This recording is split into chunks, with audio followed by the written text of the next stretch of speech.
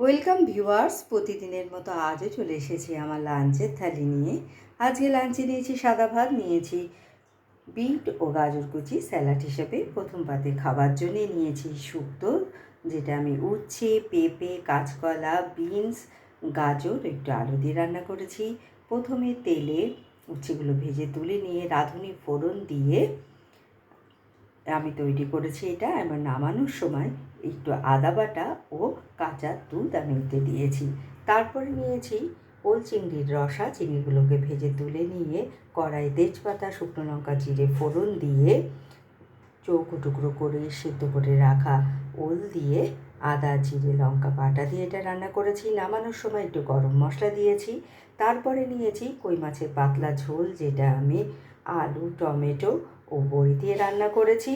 আর শেষ পাতে নিয়েছি টক দই।